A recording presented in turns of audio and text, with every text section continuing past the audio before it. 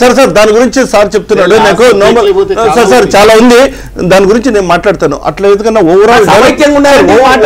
Overall development గురించి మాట్లాడితే కన్నా అదే వైఎస్ఆర్పి నినాదం తయారు చేసుకుంది ఎలక్షన్ల కోసం ఏమనంటే ఎట్లాగూ రేపు విభజన జరిగిన తర్వాత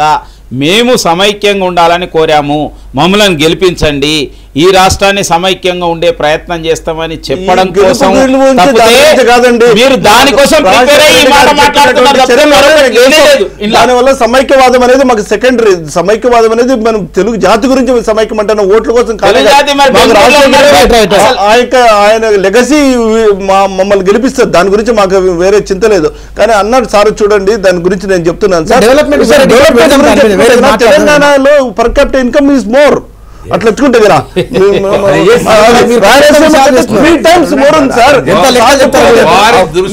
డెవలప్మెంట్ అంటే చెప్పానండి తెలంగాణ ప్రాంతంలో ఉన్న హైదరాబాద్ లో తెలంగాణకి ఒక గుంట భూమి లేదు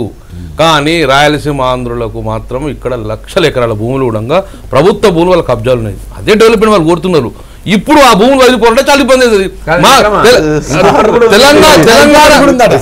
తెలంగాణ ప్రాంతం ఉన్న ఏ ఒక్కరికి గుంట భూమి లేదు సార్ మీరు అట్లా కాదు బాంబేలకు పోయినా కాస్మోపాలిటన్ సిటీకి పోతే కదా నీకు ఎప్పుడైనా మహారాష్ట్ర వాళ్ళకి ఉండదండి కాస్మోపాలిటన్ సిటీ అంటే కన్నా నీకు వరల్డ్ వైడ్ వస్తారు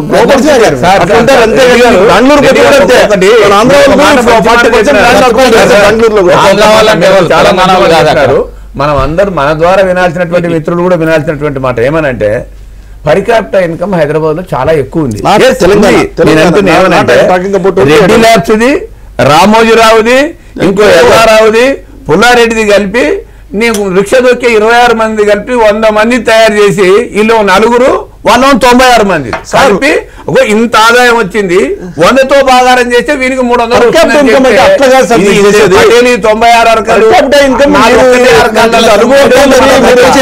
మీరు వచ్చి వాళ్ళని పెట్టి నీకు ఎప్పుడు చేరండి సగటు ఆదాయం ఎట్లా చేస్తాం ఆదాయం నీకు అట్లా అనుకుంటున్నా ఆయనకున్న అదొక్కటే తీసుకున్నారు ఇండియాలో అదే నరసింహ గారు చెప్పింది ఇండియాలో అమలు అవుతుంది ఇప్పటివరకు అయితే సార్ సమరసింహారెడ్డి గారు చెప్పండి మీరు ఒక సందర్భంలో బాబు గారిని కొన్ని విషయాల్లో మీరు మినహాయించండి అనే విధంగా కూడా అంటున్నారు కాకపోతే ఇవాళ ఈ క్రూషియల్ టైంలో నేను మినహాయించమని నేను చెప్పడంలా నేను ఒక్కటే చెప్తున్నా అటు పార్టీ ఉంది ఇటు పార్టీ ఉంది ఏ నాయకుడైనా రాజకీయాల్లో ఉన్నాక అటు పార్టీని ఇటు పార్టీని రెండింటిని కాపాడుకోవాలని ప్రయత్నం చేస్తాడు చేసినప్పుడు అండర్ కరెంట్ ఏముందని కూడా చూసుకుంటాడు మీరు ఉదాహరణకు మీరు ఎంతమంది త్రివేణి సంగమం చూశారో నాకు తెలియదు చాలా అందరూ చూసింటారు మీరు త్రివేణి సంగమంలో పోతే గంగా యమున పాడుతుంటాయి సరస్వతి అంతర్వాహిని అట్లు ఆ 3 కలిసే చోట్ల మనకు సరస్వతి అయితే కనిపించదు 2 పడవలు పెట్టి రెండింటి మధ్య పెట్టి మధ్యలో కూర్చోబెట్టి స్నానాలు చేపిస్తారు మీరు గుర్తు తెచ్చుకో మధ్యలో కూర్చోబెట్టి స్నానం చేపిస్తారు అది అంతర్వాహినితో వస్తుంది అన్నాడు ఇక్కడ కూడా పాపం అదే పద్ధతిలో రెండింటి మధ్య బ్యాలెన్స్ చేసుకొని 2 చోట్ల పార్టీని కాపాడుకున్నాలని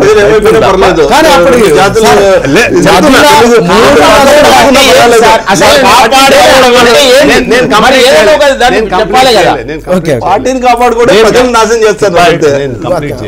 నేనేమంటున్నా అంటే ఆ ప్రయత్నంలో భాగంగా ఇవన్నీ ఇప్పుడు కమలాకర్ నాకంటే ఆ పార్టీలో నేను నిన్నమన్న పోయినవాడు ఆయన మొదటి నుంచి ఆ టికెట్ మీద గెలిచి వచ్చినవాడు అంతే కదా ఉన్నాడు నేనేం దాని ఆ సమస్యలకు పోను అనుకూలంగా లేఖ ఇచ్చినప్పుడు ఉన్నారు అక్కడ చెప్తున్నాను ఉన్నాడు తర్వాత properly for what reasons better he has to explain it I can't speak కానీ ఒక విషయం అని చెప్పాలా చంద్రబాబు చెప్పితేనే తెలంగాణ ఇచ్చినారు అనే మాట నేను ఒప్పుకోవటానికి సిద్ధంగా లేను చెప్తా చంద్రబాబు చెప్తే ఆగిపోతుంది అనటానికి కూడా సిద్ధంగా లేను నాకు ఒక్క కాగితం ఎక్కడన్నా కానీ నేను వ్యతిరేకంగా ఉన్నాను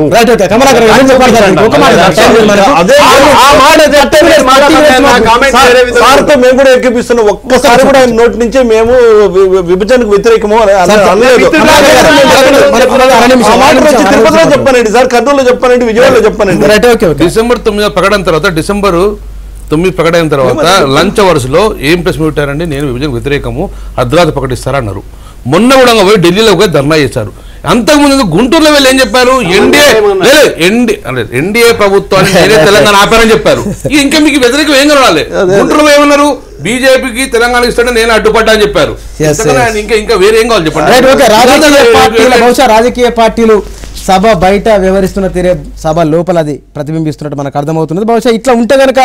ఈ 2-3 రోజుల్లో సభ క్లోజ్ చేస్తారా లేదా దీన్ని పొడిగించి ఇంకేమైనా చేస్తారా, ఏం చేస్తారా? కేంద్ర ప్రభుత్వం బహుశా తాను అనుకున్న విధంగా తాను ముందుకెళ్లే విధంగానే వెళ్ళే అవకాశం మనకు స్పష్టంగా కనబడుతుంది. చర్చల పాల్గొన్న నరసింహయ్య గారు, అదేవిధంగా తిప్పారెడ్డి గారు, సమరసింహారెడ్డి గారు, కమలాకర్ గారు,